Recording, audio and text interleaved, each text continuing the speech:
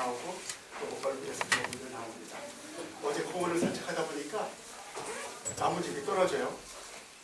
저는 뭐 노래를 잘 모르는데 쌍둥이가 뭐 노래는 게 라라라라 뭐 이런 게 있다면서요. 낙엽이라는 게 쌍둥이니까 가을에는 우리가 좀 이렇게 감정적으로 이렇게 예민해지기 때문에 낙엽이 떨어지면 마음도 막 이렇게 방황하는 느낌이에요. 특별히 가을은 남자의 계절이라고 했잖아요. 우리 낙엽이 떨어진다고 해서 우리 남자분들 방황하지 말고 오늘 성가대의 찬양처럼 주님 품에 앉아서 기도하고 성경 읽으면서 차분하게 이 불안한 세계를 믿음으로 이겨가시기 바랍니다. 특별히 제가 가을에 약한데 저를 위해서 기도해 주시면 서재에 앉아서 열심히 기도하겠습니다. 교회 여러분은 오늘이 창조절 7째 주일이고 지난번이 6째 주일입니다. 창조절 7째 주일의 설교는 제가 준비해서 총회 영성수련원 홈페이지에 올려놨고요.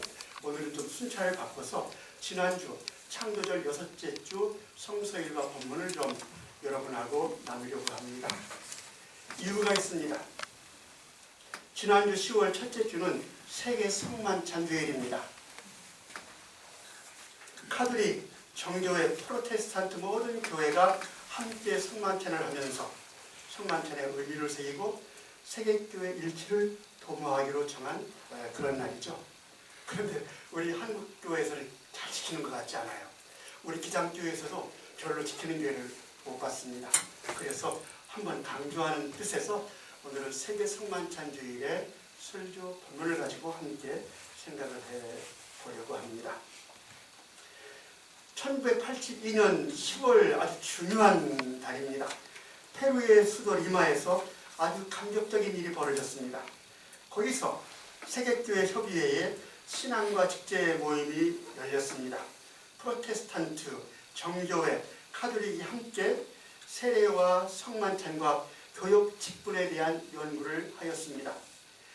여기서 공동의 예배소인 리마제식도도 만들고 세례 성만찬 교육이라고 하는 굉장히 놀라운 문서도 만들었습니다.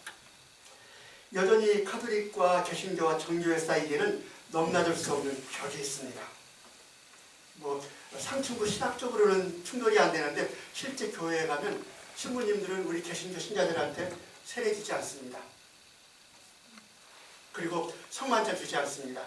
그리고 우리 목사를 성직으로 인정하지 않아요. 왜 그런가 하면 우리가 신품 성사를 거치지 않았기 때문에 성직이 아닙니다. 성직이 아닌 목사가 세례를 주는 건 무효입니다. 그래서 개신교 신자가 가면 신부들이 성만찬 주지 않으려고 그래요.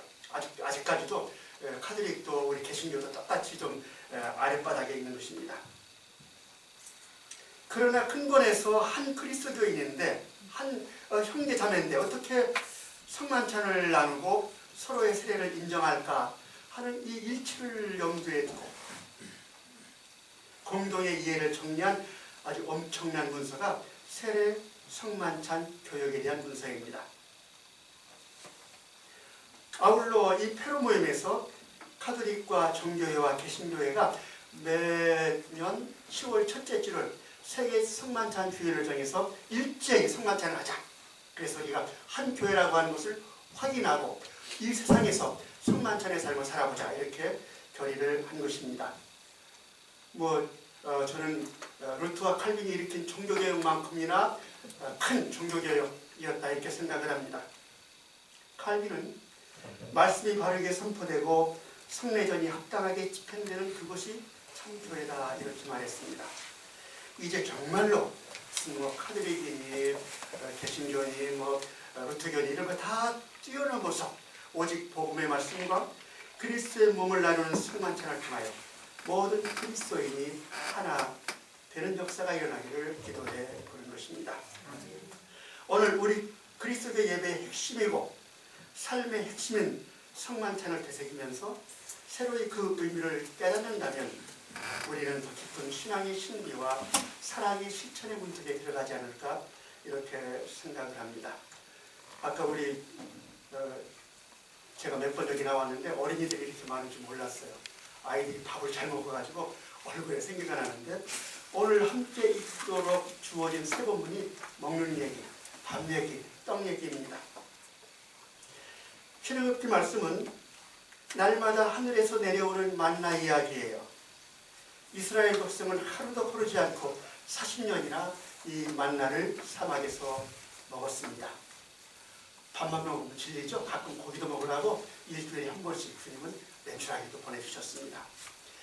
이 만나 체험의 경험과 전승이 끊이지 않고 이어져 내리면서 훗날 예수님의 일용할 양식으로 완성이 된 것은 여러분이 잘 아십니다.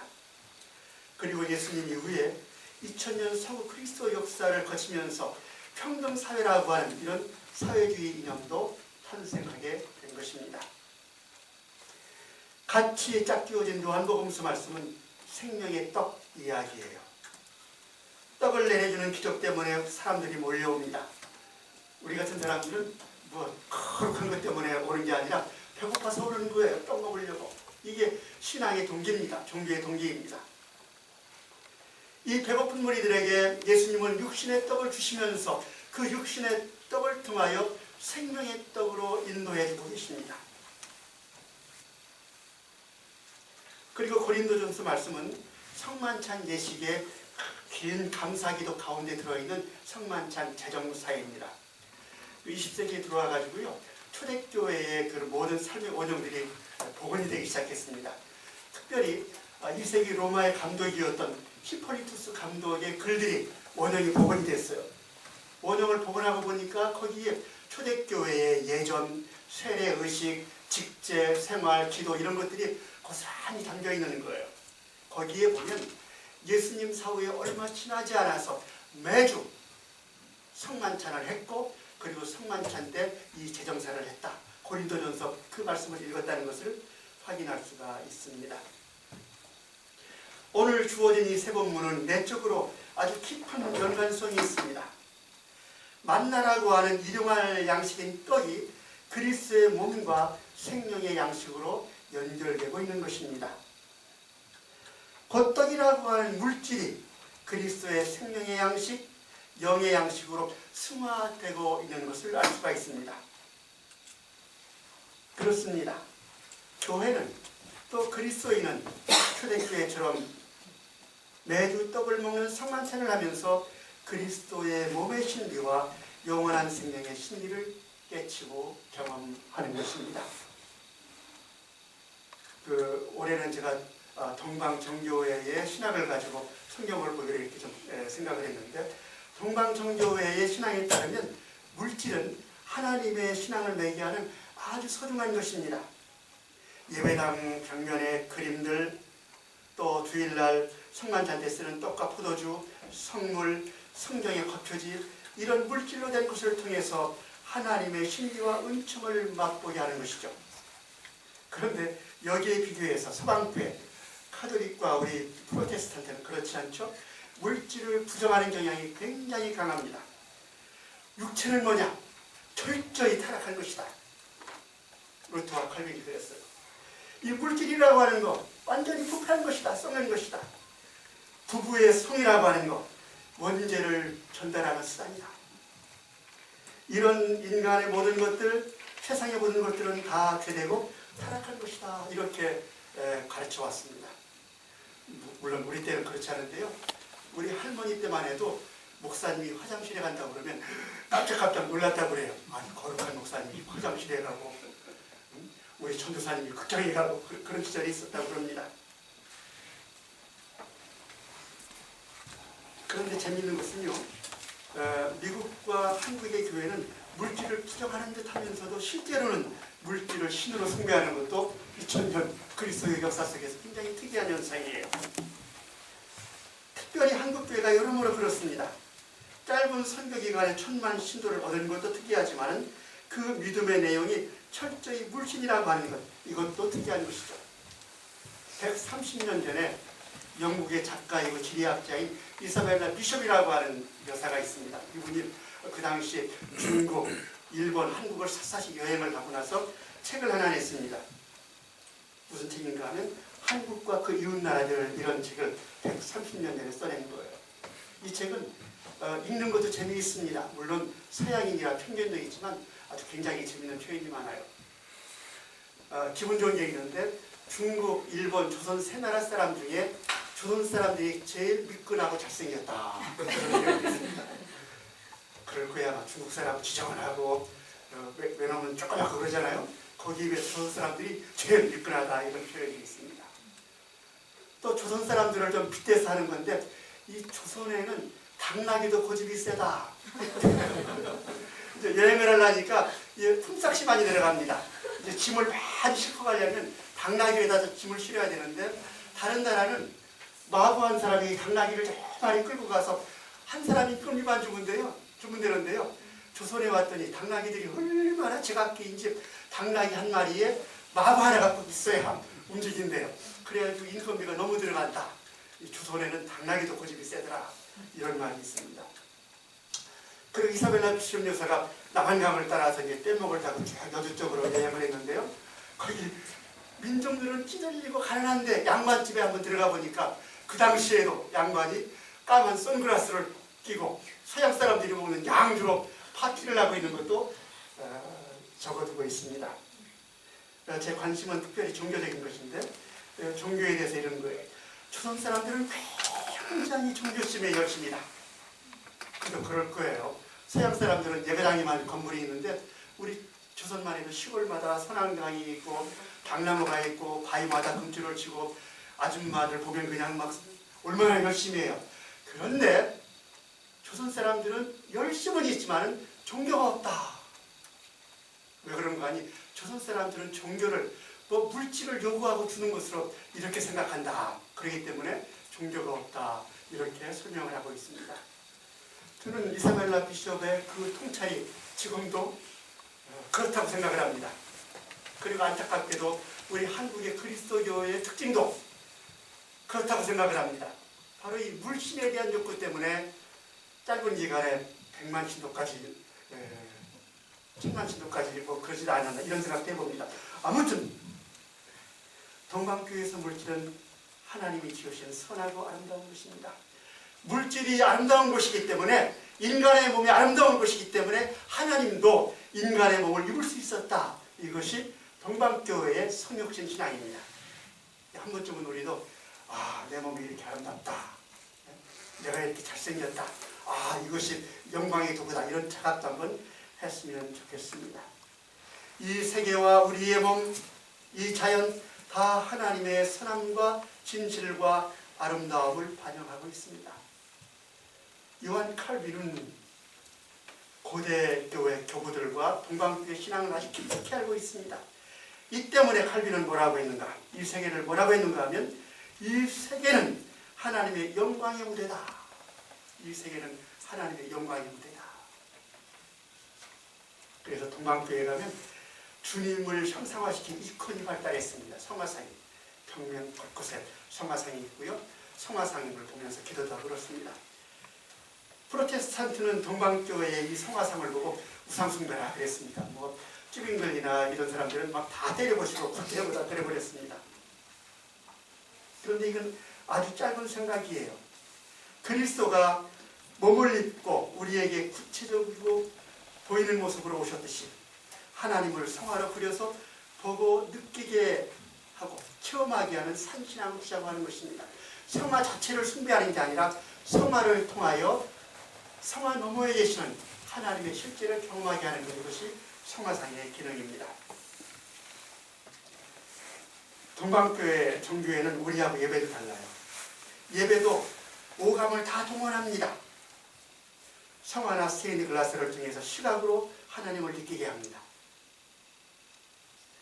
또 동방교회는요, 이렇게 예배 시간에 향불을 이렇게 하고 다니거든요. 이 향불은 정화의 의미도 있고 이 향불이 하늘로 올라가면서 우리의 기도와 노래를 하늘로 올린다는 그런 뜻도 있습니다. 이 향의 냄새를 맡으면서 우리 신자들은 하늘의 거룩한 냄새를 맡는 거예요. 사제와 찬양대의 아름다운 노래로 하늘의 가락을 듣습니다. 사제가 복음종을 들고 이렇게 입장을 합니다. 그러면 신자들이 복음종에다 입을 맞춰요. 입을 맞추면서 입술의 촉각으로 하나님의 손길을 접촉합니다. 그리고 아주 만나는 떡과 포도주로 성만찬을 하면서 미각으로 하나님을 맛보게 합니다. 동방교회는 이런 오감을 통해서 하나님을 만나게 하는 것이죠. 제가 이런 것들을 다 찬동하는 건 아니지만 이런 동방교회 예배를 깊숙이 이해하는 것, 그리고 그 상징성을 새롭게 발견하는 것, 이것이 오늘날 영성 운동의 방향이기도 합니다. 심지어 정교회는요, 우리 사람을 뭐라고 정의하는가 하면 사람은 살아있는 하나님의 성화상이다. 사람은 살아있는 하나님의 이입니다. 우리 살아있는 사람의 모습을 보고 삶을 보면 우리를 지으시고 다스리시는 그 영원하시고 거룩하신 하나님을 볼 수가 있다. 하나님을 만날 수가 있다. 그러므로 여러분, 우리는 우리의 이웃에서 하나님을 볼 수 있는 그런 눈을 회복해야 돼요. 그리고 야곱처럼 형님 얼굴을 보니까 하나님 얼굴을 뵙는 것 같습니다 하는 깊은 신앙의 경지로 들어가는 것도 우리의 신앙의 과제다, 이렇게 생각을 합니다. 이제 오늘 성서가 증언하는 떡을 봅시다. 성서는 먹는 떡을 부정하지 않습니다. 성서는 떡의 욕망을 인정합니다. 내가 떡을 먹고 싶다, 내가 좀 돈을 갖고 싶다, 성서는 부정하지 않아요. 내가 생존을 위해서 아파트 한 채 갖고 싶다, 성서는 이거 부정하지 않습니다. 예수님은 배고파서 굶주리는 무리들에게 떡을 만들어 먹였습니다. 하나님은 사막에서 굶주리는 백성들에게 만나와 메추라기를 하루도 거르지 않고 주셨습니다. 하나님은 1차적으로 떡을 주시는 분이다. 주님은 이 땅에서 먹는 떡에 대한 욕구를 인정하면서, 그러면서 우리로 하여금 그 떡을 통하여 영생의 떡, 진리의 떡, 할례 떡을 향해 가게 하신다. 우리가 비록 교회에 나온 동기는 먹는 떡 때문에 나왔지만은, 그러나 주님은 그 먹는 떡을 향하여 영생의 떡으로 우리를 승화시킨다. 이것이 종교의 기능이에요. 우리 기장의 약점은 뭔지 아세요? 너무 신앙이 고고해서 세상의 것을 추구하면 유치하다고 생각을 해. 하나님의 정의, 하나님의 평화 이런 것만 말하는데, 아니, 종교의 동기는 떡입니다. 이 떡을 가지고 영생의 떡으로, 하나님의 떡으로 변화시킬 수 있는 그런 것, 물을 포도주로 변화시키는 것, 이것이 생명 종교고 우리가 그런 종교의 역할을 해야 하는 것입니다.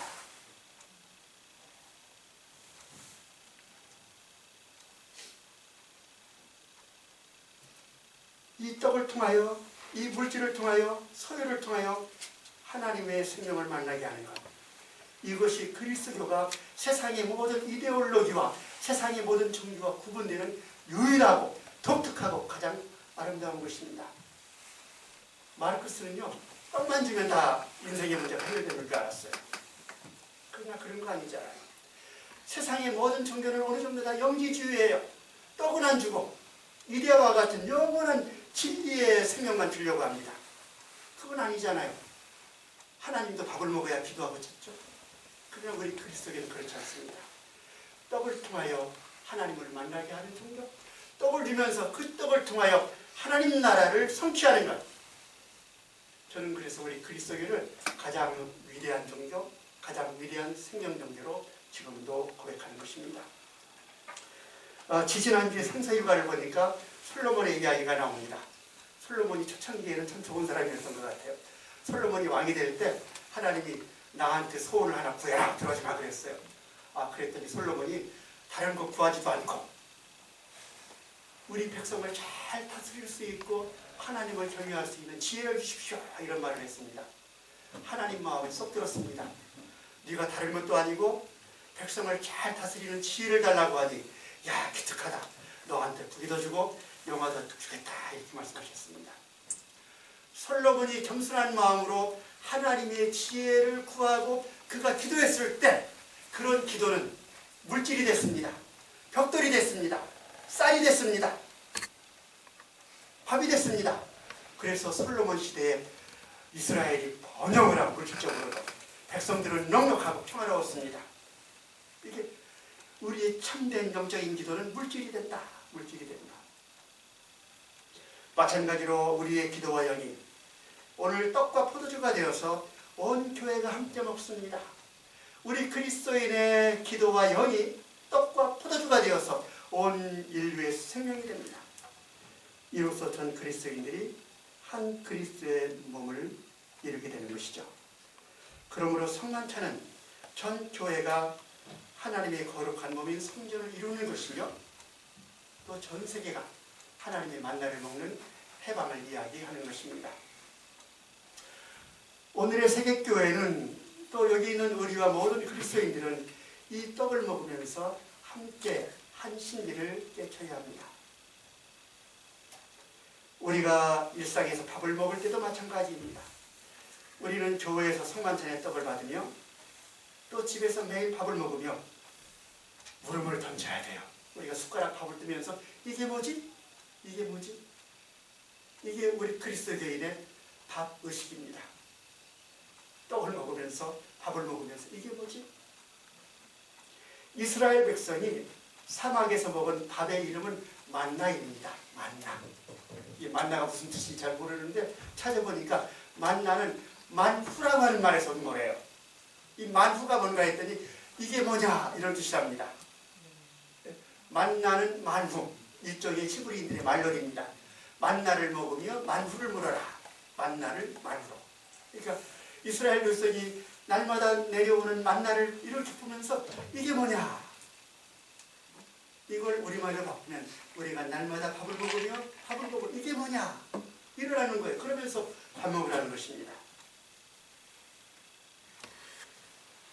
여러분, 우리는 밥을 통하여 경이로움을 찾을 수 있어야 합니다. 우리 한국 사람들은 군대 문화 때문에 그런지 몰라도요. 밥만 먹으면 막 5분이면 다 먹어요. 저도 군대 훈련 받아서 2분 만에 밥을 먹어서 그런지 10분 넘어가게 밥을 먹은 적이 없어요. 그리고 우리 한국 사람들을 이렇게 점심시간에 보세요. 기도하고 밥 먹는 사람? 저는 못 봤어요. 저는 꼭 기도하고 먹는데 못 봤습니다. 그런데 우리보다 종교심도 떨어지고 믿음도 없는 일본 사람들은 꼭 기도하고 먹어요. 안 믿는 사람도 뭐 이때끼마스인가 뭐 이렇게 하면서 먹는데 그게 감사하다는 얘기예요. 우리 한국 사람은 일본 사람보다도 못해? 아니에요. 어느 문화 전통이나 종교 전통에서도 밥이라고 하는 것은 신비의 음식입니다. 불교에서는 밥 먹는 걸 공양이라고 그러잖아요. 그 다음에 우리나라도 옛날에 마을잔치를 할 때는요, 거시례를 하면서 먼저 천지신명에게 밥을 바쳤습니다. 그냥 먹는 밥이 아니라 이게 뭐냐?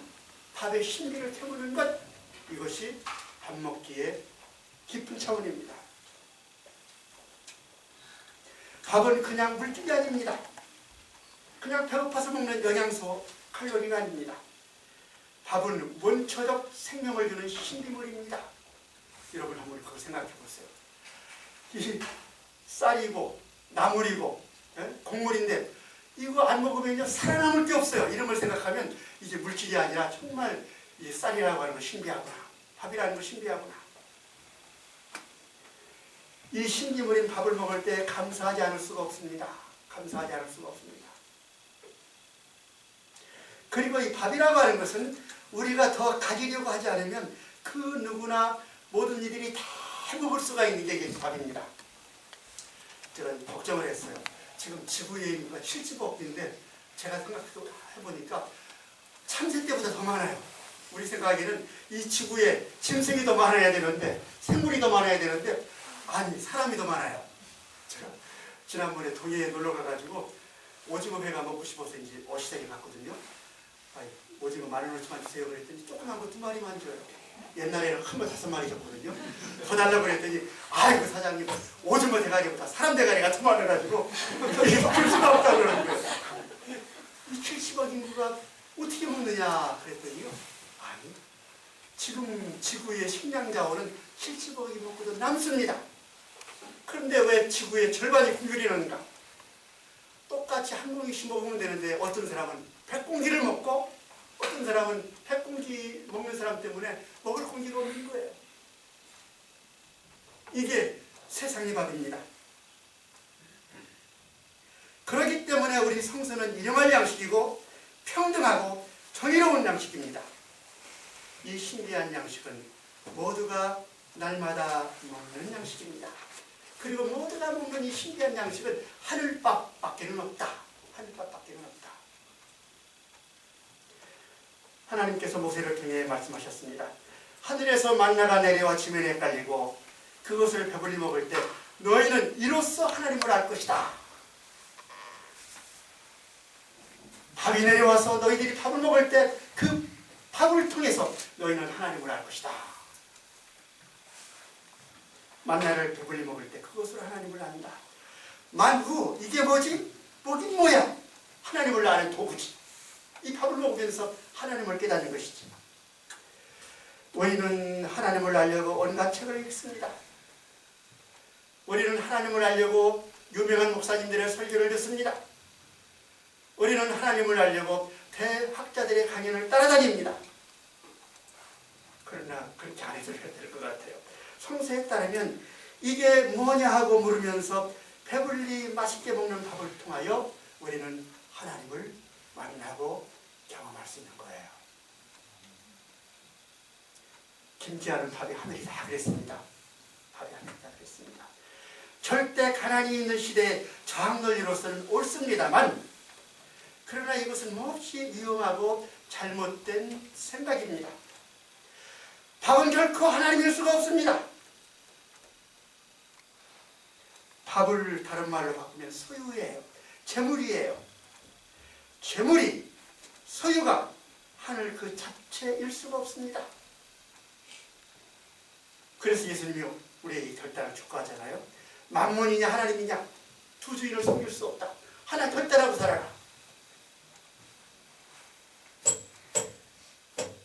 아무리 필요하고 아무리 소중해도 밥은 하나님을 알게 하는 매개체입니다. 밥이 주인공이 되면 그게 우상이에요. 밥은 피조물입니다. 어떤 피조물? 하나님께로 인도하는 피조물이다. 아이들이 어머니날 편지를 씁니다. 쓰고 싶어서 쓴 게 아니라 저 어렸을 때 어머니날 되면 이렇게 카네이션 만들고 선생님이 감사편지를 쓰라고 그래요. 제가 쓸 말이 없어서 뭐라고 썼는다면, 엄마 고맙습니다. 날마다 맛있는 밥 해주셔서 고맙습니다. 나만 그런 게 아니라 아이들이 다 그렇게 쓰잖아요. 맞아요. 아이들은 날마다 먹는 그 엄마의 밥을 통하여, 그 밥을 통하여 엄마가 나를 사랑한다 이것을 아는 거예요. 마찬가지로 우리 그리스도인은 날마다 먹는 3끼의 밥을 통하여 하나님의 은총과 하나님의 세계와 하나님의 신비와 하나님의 정의를 만나고 아는 것입니다. 밥을 먹으면서도 그것을 모르는 사람은 정말로 영이 막힌 사람이거나 욕망의 노예가 되어 있거나 그런 사람입니다. 특별히 성만찬의 떡과 포도주, 곧 성만찬의 밥은 예수 그리스도 자신입니다. 이것이 요한복음서의 밥진학입니다. 김지아의 밥틀학이 아니라 요한사도의 밥신앙이다. 생명신앙이다. 예수님은 나를 먹고 마시라고 하셨습니다. 예수님은 나는 하늘에서 내려온 영생의 떡이다. 영원한 생명을 주는 음료다. 나를 먹고 마셔라. 예수님은 밥을 구하러 온 수많은 무리들에게 허기를 채워주고 생존케 하는 육신의 밥을 나눠주시면서 영원한 밥을 지시해 주셨습니다. 진리의 밥을 가르쳐 주셨습니다. 하늘의 밥을 보여주셨습니다. 이 물질로 된 밥을 통해서 그리스도, 곧 하늘의 밥을 먹는다고 하는 상징 의례가 바로 예배인 것이죠. 성만찬인 것이죠. 저는 목회하는 동안에 매주 성만찬을 했습니다. 그리고 농촌개발에서 1년 동안 있는 동안에는 우리 성목사님이 부재 역할을 해가지고 매주 성만찬을 했습니다. 원칙적으로 그리스도의 주일 예배는 매주 성만찬을 하는 것, 이것이 사실은 원칙입니다. 이런 성만찬을 하면서 우리는 그 몸짓 속에서, 그 상징 속에서 하나님의 은총을 맛보고 그리스도와 한 몸이 되는 그런 신비를 체험하게 되는 것이죠. 오늘 제 설교 제목을 고심하다가 함께 먹는 밥 이렇게 처음에 정했는데 우리 전도사님한테 메일을 보내면 하늘자를 많이 집어넣습니다. 그냥 함께 먹는 밥은 아닌 것 같아요. 함께 먹는 하늘밥이어야 합니다.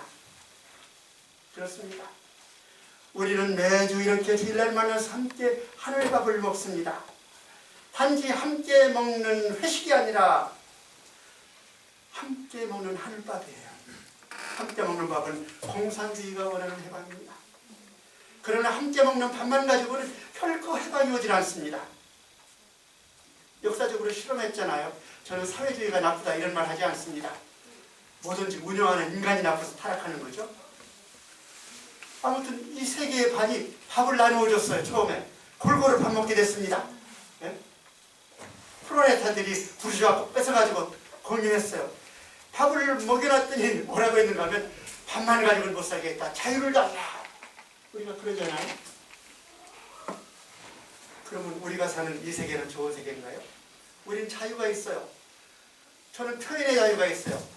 제가 문재인 정부를 욕한다고 해가지고 이제 감옥에 가거나 뭐 그런 일 없어요. 그러나 나는 진실한 의미에서 자유가 없습니다. 왜? 밥이 없기 때문에. 아유, 어디 뭐 놀러 가고 싶어도 돈이 있어야 가죠. 뭐 책을 사고 싶어도 돈이 있어야 되죠. 밥이 포장되지 않는 이런 자유는 그것도 자유가 아닙니다. 이게 사회주의의 밥이나 시장경제의 자유나 다 자유가 아니고 밥이 아닙니다. 세상의 밥입니다. 함께 먹되 하늘밥, 우리에게 영생을 주는 그 밥, 그리스도를 먹어야 하는 것입니다. 이 함께 하늘밥을 먹는 예식이 기도이고 예배입니다. 함께 하늘밥을 먹는 모임이 교회입니다. 이 하늘밥으로 배부르며 충만감을 느끼는 존재가 그리스도입니다. 이 하늘밥을 세상에 나가서 나누는 것, 이것이 복음의 증거이고 교회의 선교입니다.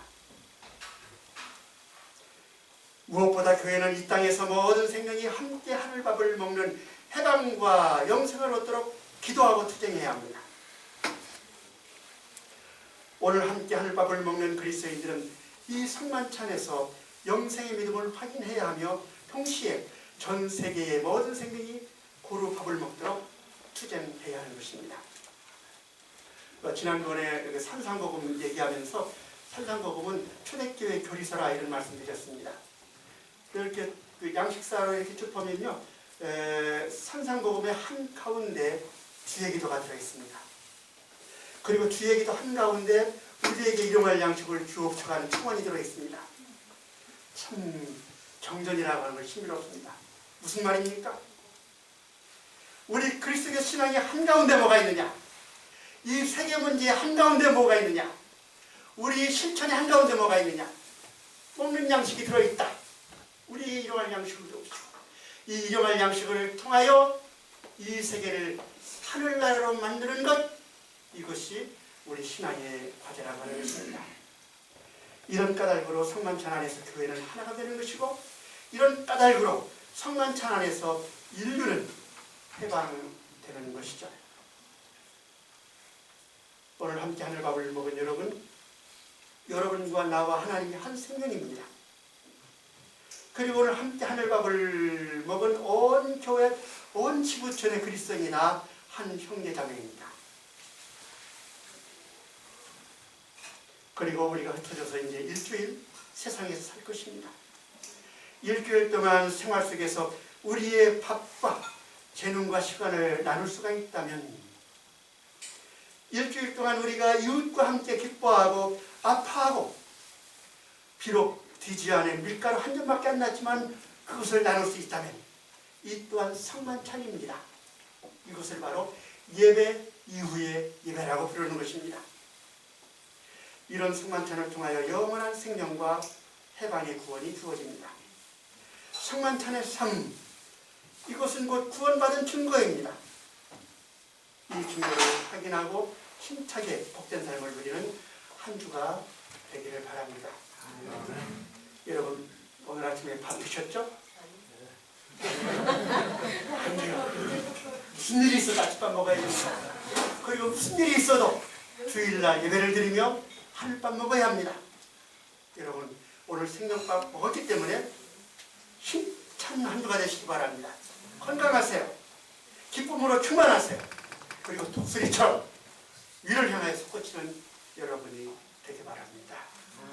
오늘 일용할 양식과 말씀 양식을 평생히 내려주시는 성삼위 하나님께 무궁한 영광을 올려드립니다.